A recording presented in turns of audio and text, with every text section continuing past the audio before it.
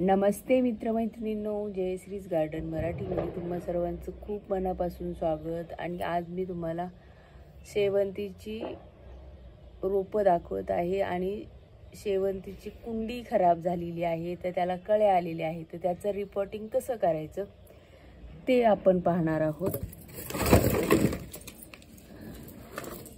तर ही जी कुंडी आहे ही अशी तुटलेली आहे आणि याला कळ्या आलेल्या आहेत।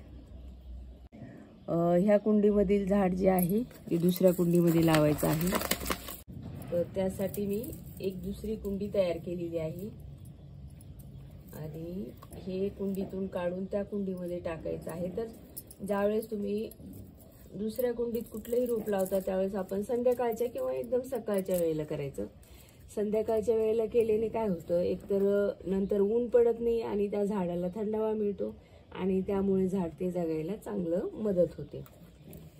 तर ही कुंडी खाली झालेली आहे, याच्यामध्ये दुसरं रोप होतं ते जळून गेलेलं आहे आणि त्यामुळे आता मी ह्याच कुंडीमध्ये ते लावणार आहे। तर मी ही नर्सरीतून 2 रोपं आणली होती, खूप छान अशी ही कलरची रोपं होती, पण आता लावायची ते राहून गेलेली आहेत आणि म्हणून हे जरा फुलं वगैरे खराब झालेली आहेत। तर आता शेवंतीला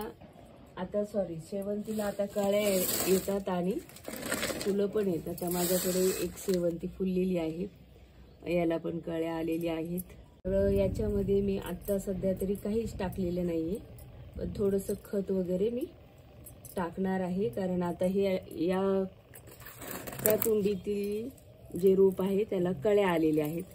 आता थोडासा अंधार पडलेला आहे त्यामुळे तुम्हाला एवढं दिसून येणार नाहीये। अगोदर याच्यामधील मी माती काढून घेत आहे, माती चांगली भुसभुशीत झालेली आहे।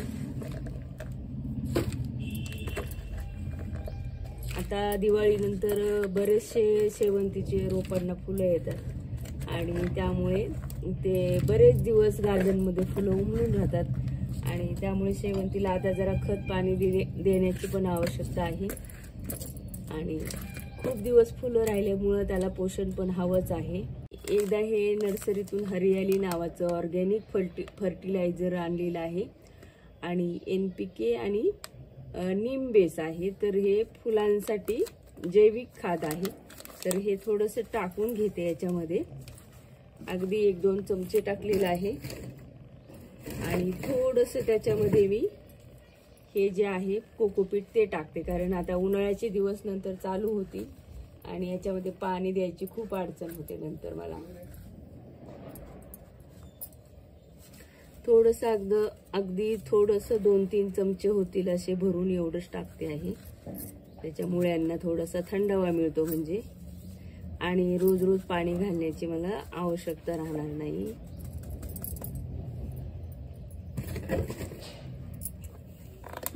तर हे रोप आता मी अलगद काढून घेते,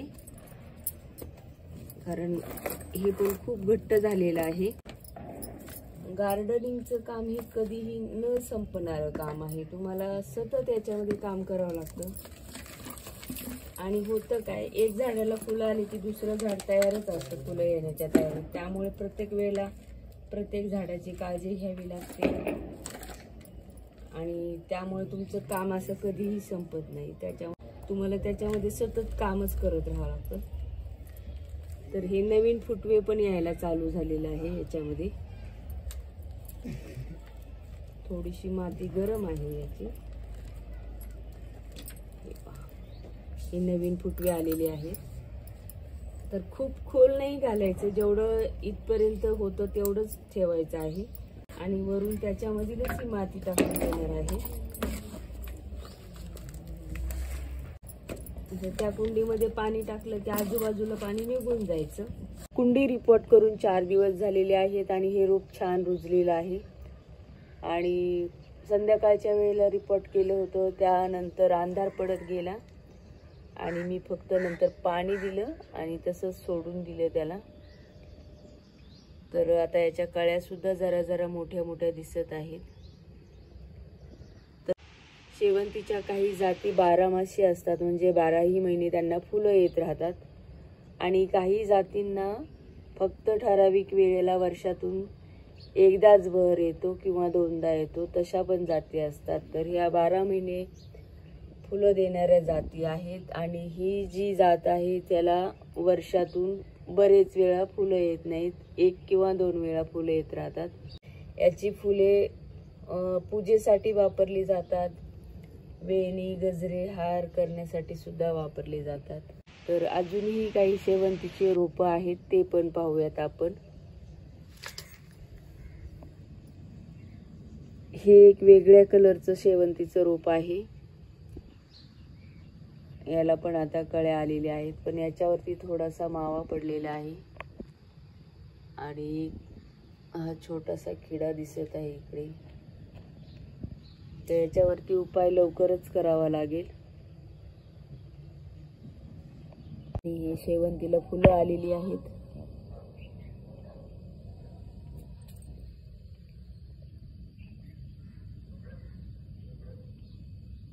तर हा व्हिडिओ तुम्हाला कसा वाटला? आवडल्यास लाईक, शेअर आणि सबस्क्राईब करायला विसरू नका. खूप खूप धन्यवाद.